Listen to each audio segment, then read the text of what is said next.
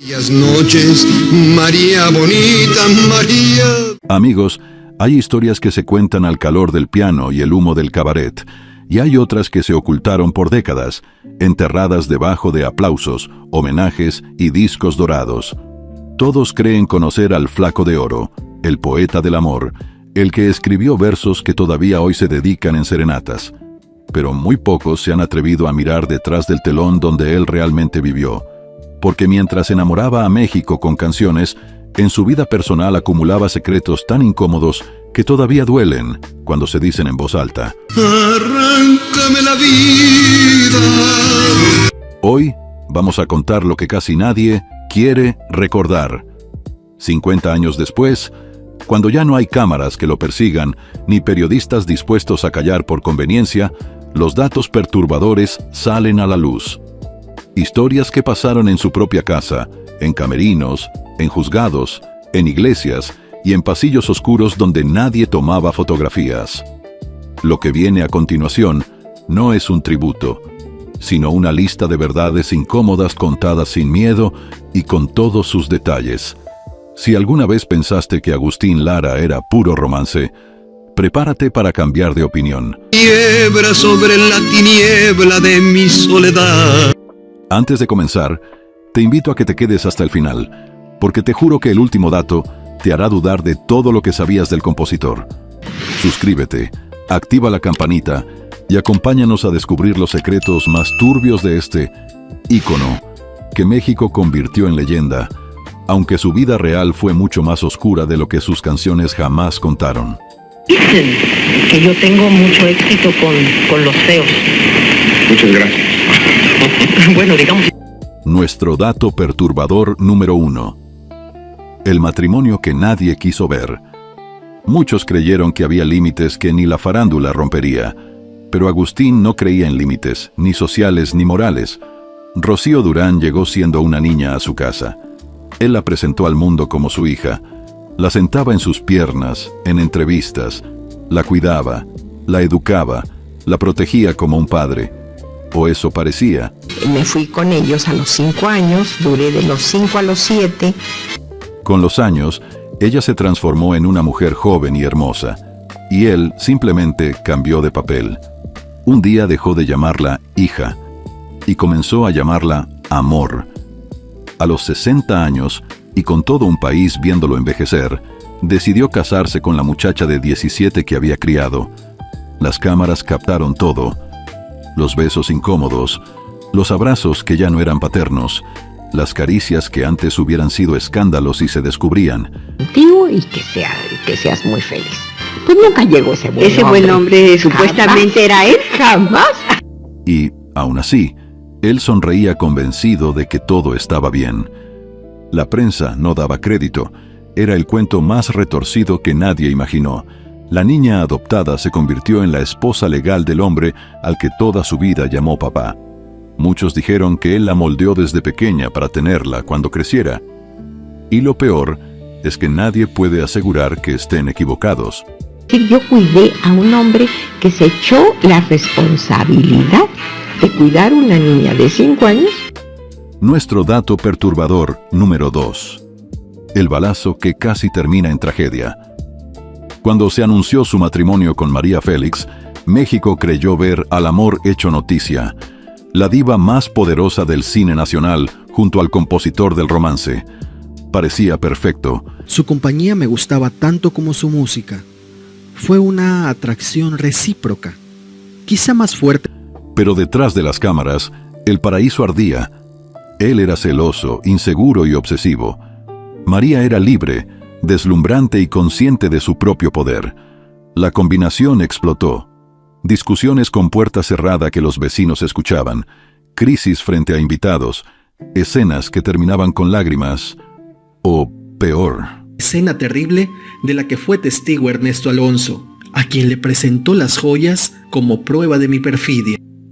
Una noche, el monstruo del control se salió de la jaula, la pelea escaló, la furia reventó, y lo que siguió casi cambia la historia del cine mexicano para siempre. Un disparo.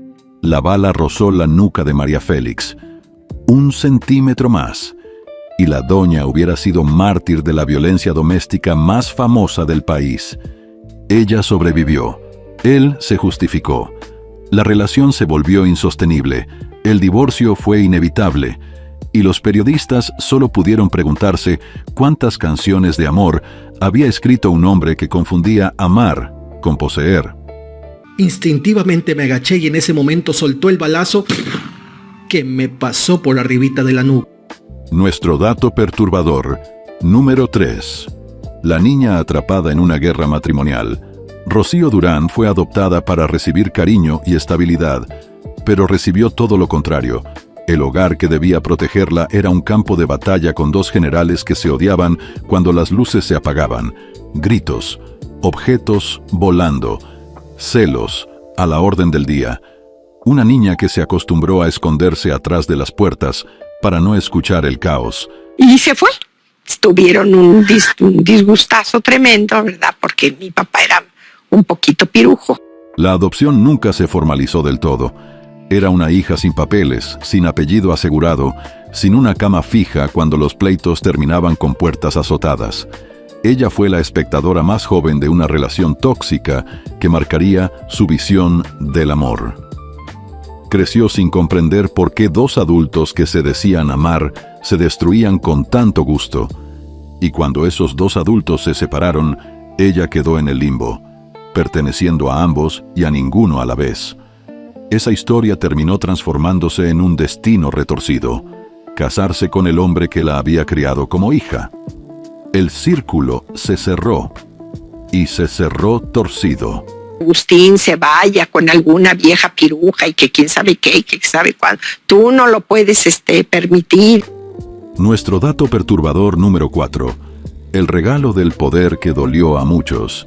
Mientras en España miles sufrían bajo un régimen que controlaba prensa, perseguía opositores y llenaba prisiones, Agustín recibía un regalo que sonaba a gloria: una casa en Granada, obsequio directo del generalísimo Franco. No era un reconocimiento cualquiera, era agradecimiento por canciones que exaltaron la imagen del país europeo, escritas desde la distancia, sin haberlo pisado siquiera. Los exiliados españoles que se refugiaron en México, escapando de torturas y censura, lo consideraron una traición.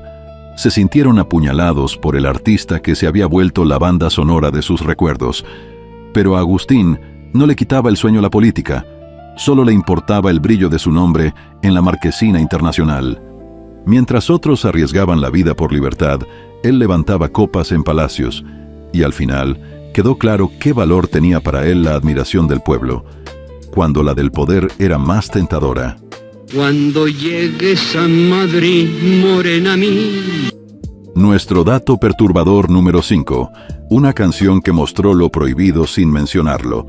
Aventurera fue un terremoto cultural, no porque hablara de lo que todos desconocían, sino porque reveló lo que muchos querían guardar bajo la alfombra: la vida nocturna, la supervivencia femenina en un mundo que juzga, pero paga por placer. Aventurera. Y una frase que quemó oídos conservadores: vende caro tu amor. Era la historia de una mujer que sabía lo que valía en un entorno donde el amor se regatea como mercancía. La iglesia se indignó, los guardianes de la moral exigieron censura, padres de familia prohibieron la canción en sus casas mientras la cantaban bajito cuando nadie miraba.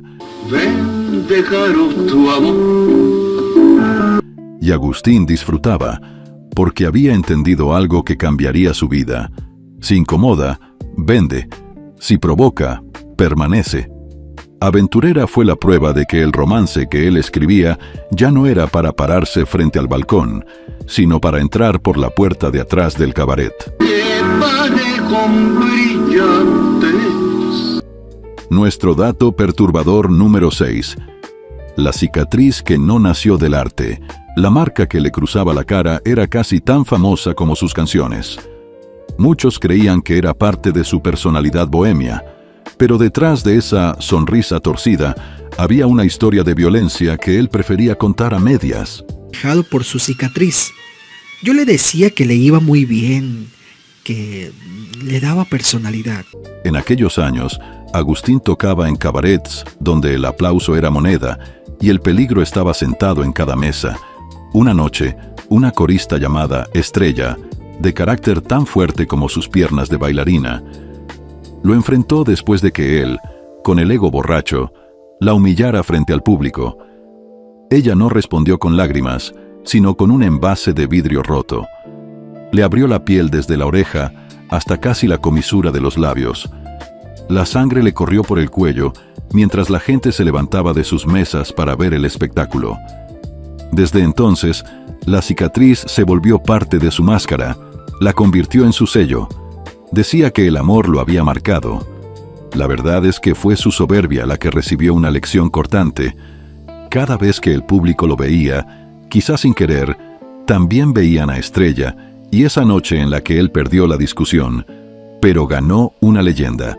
Poniendo la mano sobre el corazón. Nuestro dato perturbador número 7. Erotismo disfrazado para burlar a la moral. Agustín Lara era experto en decir cosas sin decirlas. Sus letras hacían sudar a quienes las escuchaban en una época en la que cualquier insinuación era casi pecado. Los curas reclamaban que él estaba mancillando la pureza del arte musical, acusándolo de cruzar una línea peligrosa. Hebra sobre la tiniebla de mi soledad. Las estaciones de radio comenzaron a revisar cada verso antes de ponerlo al aire. Si encontraban una frase que pudiera despertar malos pensamientos, la tijera caía. Pero Lara sabía jugar mejor. Cuando le quitaban una línea, él añadía 2 más cargadas de deseo en la siguiente composición. El público se daba cuenta. La imaginación hacía el resto. La censura lo intentó callar y lo terminó coronando como el compositor del deseo prohibido. La iglesia no quería que los jóvenes lo escucharan, pero justamente por eso, todos querían hacerlo. Se entrega el alma. Nuestro dato perturbador número 8. La muerte, que lo hizo más famoso. En 1932, de pronto se anunció su fallecimiento en La Habana. Sin redes, sin rectificaciones rápidas, la noticia corrió como pólvora. Programas especiales en su memoria, textos llorosos en periódicos, amigos organizando homenajes apresurados. México entero creyó haber perdido al poeta del amor. Junto de ti muy quedó. Pero cuando Agustín reapareció vivo y bien vestido, se dio cuenta del poder de un rumor. Lo recibieron como si hubiera regresado del más allá. Él, con su gusto por los reflectores, aprovechó el accidente. Daba entrevistas contando cómo había derrotado a la muerte, mientras otros murmuraban que la única verdad era que su salud estaba siendo devorada por una enfermedad de esas que nadie mencionaba en voz alta. Esa falsa muerte le regaló fama internacional, y él entendió que mientras la gente hablara de él, aunque fuera para despedirlo, su nombre seguiría creciendo. Tristeza que hay en tu mirar. Nuestro dato perturbador número 9. Genio. O coleccionista de ideas ajenas. Cuando la obra de un artista es tan grande que supera generaciones, siempre surge la pregunta incómoda: ¿de dónde vino realmente tanto talento? En el caso de Lara, las dudas empezaron temprano. Algunos especialistas notaban patrones repetidos, otros hablaban de melodías que parecían conocidas, y dentro del mundo bohemio, los rumores eran insistentes. ¿Por qué te vas? Había quienes aseguraban que Agustín tenía el oído del siglo, pero la pluma se le trababa, que muchas canciones nacieron en mesas de cantina, donde varios compositores sumaban versos mientras él observaba en silencio. Al día siguiente, la pieza ya estaba registrada, pero solo con un nombre, el suyo. Nunca hubo una investigación formal que lo hundiera, pero el fantasma del plagio comenzó a acompañarlo como su propia sombra. El Flaco de Oro defendía su genialidad con el pecho erguido, aunque no todos se tragaron el cuento. Nada me sirve sin ti. Nuestro dato perturbador número 10. El plagio que sí tuvo juez y sentencia. En 1937, llegó la factura que ningún artista quiere pagar. El compositor Luis Moreno y una editorial lo demandaron por registrar como suya la canción Quisiera decirte, que en realidad estaba basada en una obra de Moreno. Esta vez no hubo escapatoria. Los tribunales le dieron la razón al demandante. Agustín perdió el caso, perdió dinero y perdió credibilidad. Pero la herida más profunda vino después, cuando se supo que María Bonita, su joya romántica, su himno más repetido, tenía fragmentos de una pieza compuesta por su amigo Chucho Monge. Esa traición destruyó una amistad que parecía inquebrantable, y el público comenzó a preguntarse cuántos de sus grandes éxitos tenían una historia así detrás, escrita en dúo, pero firmada en solitario. Muchas palabras de esas bonitas con... Nuestro dato perturbador número 11. Las bodas que solo existían en la fantasía y en las fotos. Cuando Agustín Lara quería tener a una mujer a su lado, no prometía amor eterno, lo representaba. Montaba el espectáculo completo, iglesia, flores, invitados, fotógrafo, incluso sacerdote. Pero todo era una puesta en escena, cuidadosamente orquestada, para que ella creyera que se estaba convirtiendo en la nueva señora Lara. Él sonreía, tomaba de la mano a la enamorada y repetía votos que sonaban tan reales como una de sus canciones, y la cámara capturaba cada segundo para que la mentira fuera creíble. Mi vida eres tú, la dueña de mis padres. Pero cuando llegaba el momento de hacer el registro civil, aparecía un pretexto, una firma faltante, un trámite atorado o simplemente un mejor luego. Y ese luego nunca llegaba. Varias mujeres guardaron por años álbumes de fotos que parecían recuerdos felices, pero no tenían valor legal alguno. Algunas descubrieron la verdad cuando quisieron reclamar herencia o pensión. Otras lo supieron desde el principio, y aún así se quedaron, convencidas de que era mejor tenerlo a medias que no tenerlo. Lo perturbador no es que él las engañara. Lo perturbador es que muchas aceptaron el engaño por amor. Poco a poco te has ido alejando. Nuestro dato perturbador número 12. El amor que dejó en ruinas. Hubo una mujer que creyó en él antes que nadie. Esther Rivas Elorriaga. Se casaron siendo jóvenes, cuando Agustín aún no llenaba teatros ni presumía trajes elegantes. Ella lo apoyó, lo acompañó y confió en que ese músico flaco, con mirada intensa, tenía un destino grande. Y sí, lo tuvo, pero él decidió que ella no cabía ahí. Las digas sollozando. Conforme fue haciéndose famoso, Esther quedó reducida al silencio. Las infidelidades se volvieron rutina. Ella reclamaba, él desaparecía, y un día simplemente no volvió. La dejó con lo poco que tenían, mientras él se lanzaba al mundo como si nunca hubiera sido esposo. La negaba en público. Se hacía el desentendido cuando le hablaban de ella. Esther tuvo que mostrar su acta matrimonial para que el país supiera que no mentía. Mientras él subía al escenario, ella se apagaba lentamente, y cuando murió, murió sabiendo que para el mundo él fue un ídolo, y ella apenas una nota al pie en su vida. Una vez nada más en mi huerto.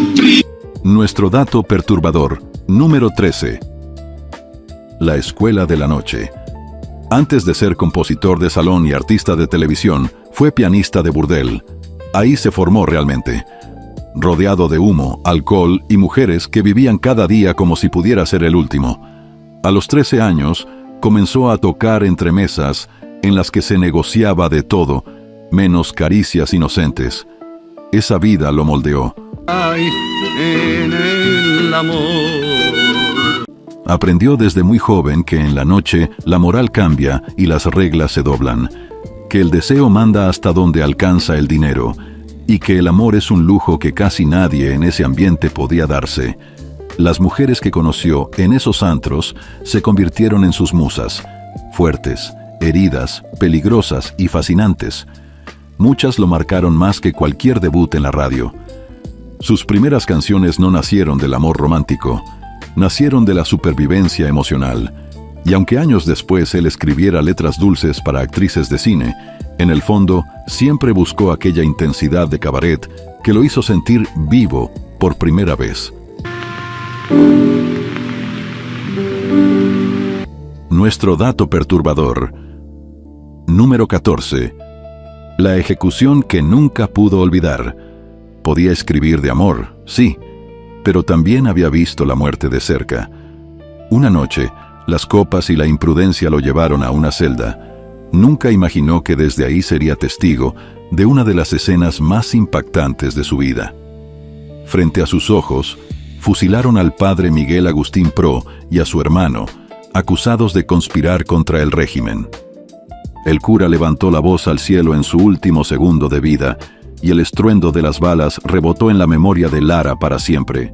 Él, que vivía rodeado de bohemia, entendió ese día que la muerte no tiene glamour, que no hay aplausos al final del disparo, que la tragedia no se canta, se sufre. Nunca habló demasiado del tema, quizás porque esa imagen, tan distinta al teatro del drama que él mismo construía en sus relaciones, lo acompañó como un fantasma silencioso.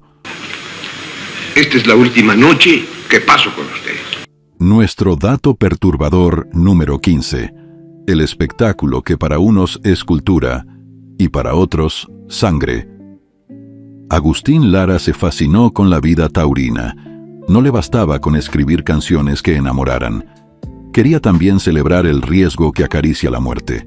Se volvía un fanático que aplaudía cada estocada como si fuera poesía, aun cuando la arena se teñía de rojo.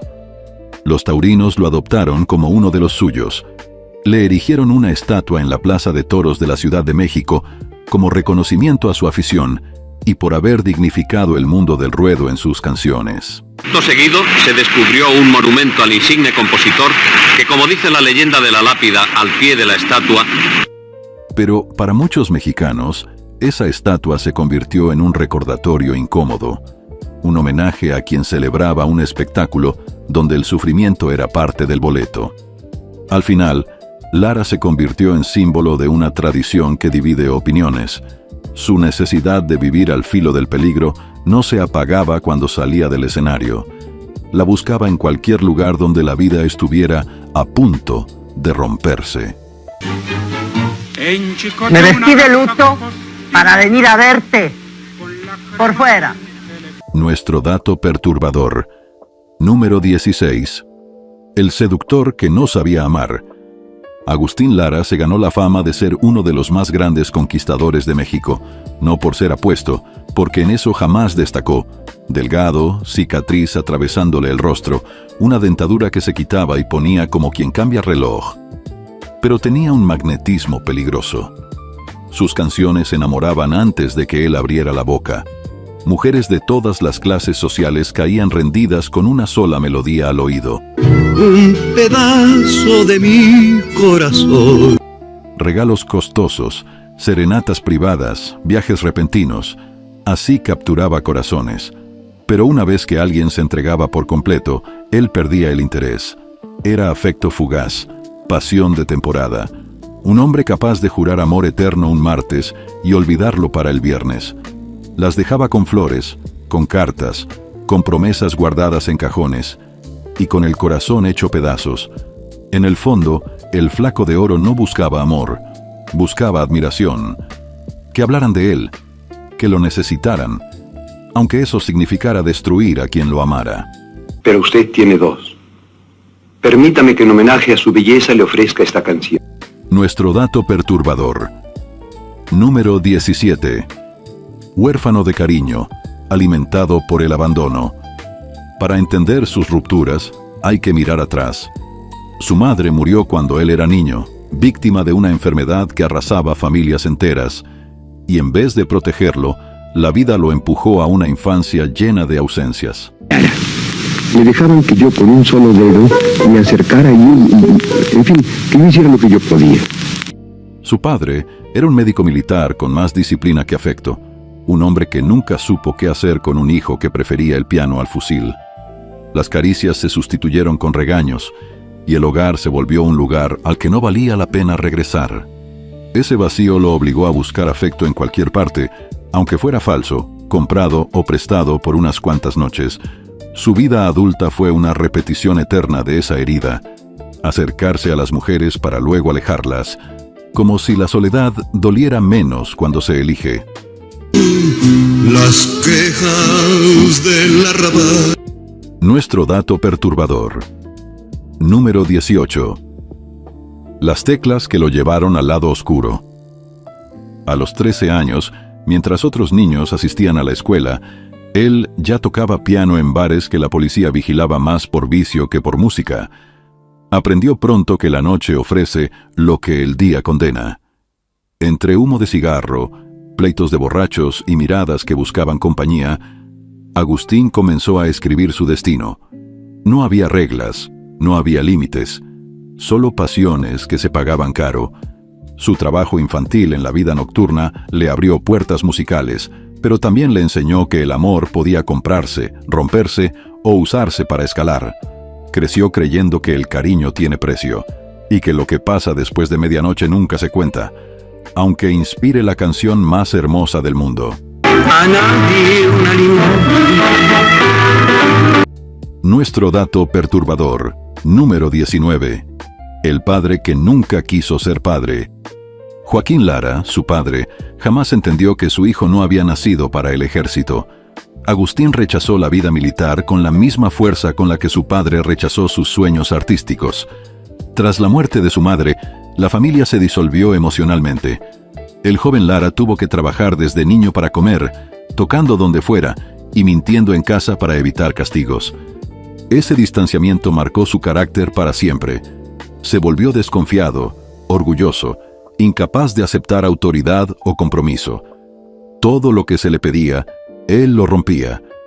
Todo lo que se esperaba de él, lo desafiaba. Quizá, por eso, también fue incapaz de sostener una familia. Se prometió nunca repetir la frialdad que lo marcó, pero terminó heredándola sin querer a quienes compartieron su vida. Llamar a su puerta. Nuestro dato perturbador número 20. El principio del final. El cuerpo pasó factura. A los 72 años, la vida bohemia empezó a cobrarse cada deuda pendiente. Las madrugadas llenas de copas y excesos terminaron derribándolo dentro de su propia casa. Una caída grave le fracturó la pelvis. Ya no había aplausos, ni fiestas, ni mujeres a su alrededor. Solo dolor. Su cirrosis empeoró tanto que terminaron internándolo durante meses en el hospital inglés. El que alguna vez había sido dueño del escenario quedó reducido a un cuerpo frágil conectado a máquinas, escuchando murmullos de pasillo y pronósticos del que ya no se levantaba. El seductor que no conocía límites había encontrado uno muy claro. El final existía, y estaba más cerca de lo que él quería admitir. Él estaba muy enfermo, se había caído, se había roto la cadera y de eso murió. Nuestro dato perturbador. Número 21. Un corazón cansado en un elevador. El flaco de oro había pasado años jugando con la salud, creyendo que el cuerpo le aguantaría todo, pero llegó el día en que su corazón simplemente dijo basta. Mientras lo trasladaban en el elevador del hospital inglés, sufrió un paro cardíaco que casi apaga su historia para siempre. Los doctores lucharon por regresarlo. Lo consiguieron. El ascensor llegó, las puertas se abrieron y él volvió a respirar, aunque ya no como antes. Lo más duro fue entender que el aplauso ya no le servía de nada. Él, que siempre fue el dueño del tiempo en el escenario, descubrió que la vida no da segundas tomas y que al final el público se retira antes que el artista. Y él se murió en mis brazos, en el cuarto 305. Nuestro dato perturbador número 22. El coma más triste de México. A partir de ese momento, su cuerpo se convirtió en una sombra de lo que fue. Entró en coma el 3 de noviembre de 1970. 23 días sin despertar. 23 días en los que México lo homenajeaba, afuera con flores, veladoras, artículos de prensa. Pero adentro, en esa pequeña habitación de hospital, No había filas de mujeres llorando por él, ni amigos cantando sus éxitos al pie de la cama. La mayoría de los que alguna vez juraron amor eterno no aparecieron, ni amantes ni colegas. Su figura se había vuelto incómoda. El genio que tantas veces escribió sobre la intensidad del amor agonizaba solo. Su romanticismo nunca estuvo tan lejos de la realidad. Sí, ahí nos la pasamos 28 días, los peores días de mi vida. Nuestro dato perturbador, número 23. La muerte que muchos no quisieron ver. El 6 de noviembre de 1970, el silencio finalmente ganó. Agustín Lara murió, dejando detrás canciones que todo México conocía y una vida que muchos preferían ignorar. Se le rindieron homenajes oficiales y se habló de él como un héroe cultural. Pero sus errores no fueron enterrados con su cuerpo. Sus amantes pelearon por herencias. Sus enemigos hablaron más fuerte. Sus secretos comenzaron a salir por todas partes. Y mientras algunos lo recordaban como el poeta del amor, otros señalaban los fantasmas que había dejado: abandono, manipulaciones, traiciones. El contraste entre su vida pública y su vida privada quedó expuesto como una herida abierta que nadie quiso atender en su momento. Pero Agustín Lara, ¿por qué fue grande? ¿Por qué ahora los jóvenes no saben quién fue Agustín Lara? Nuestro dato perturbador. Número 24. El complejo que nunca desapareció. Aunque muchas mujeres lo buscaron, él nunca se creyó digno de ninguna. Se miraba al espejo con desprecio, se consideraba feo, casi una broma de la naturaleza, huesudo, cicatrizado, con dentadura falsa. Esa inseguridad fue su motor y su maldición.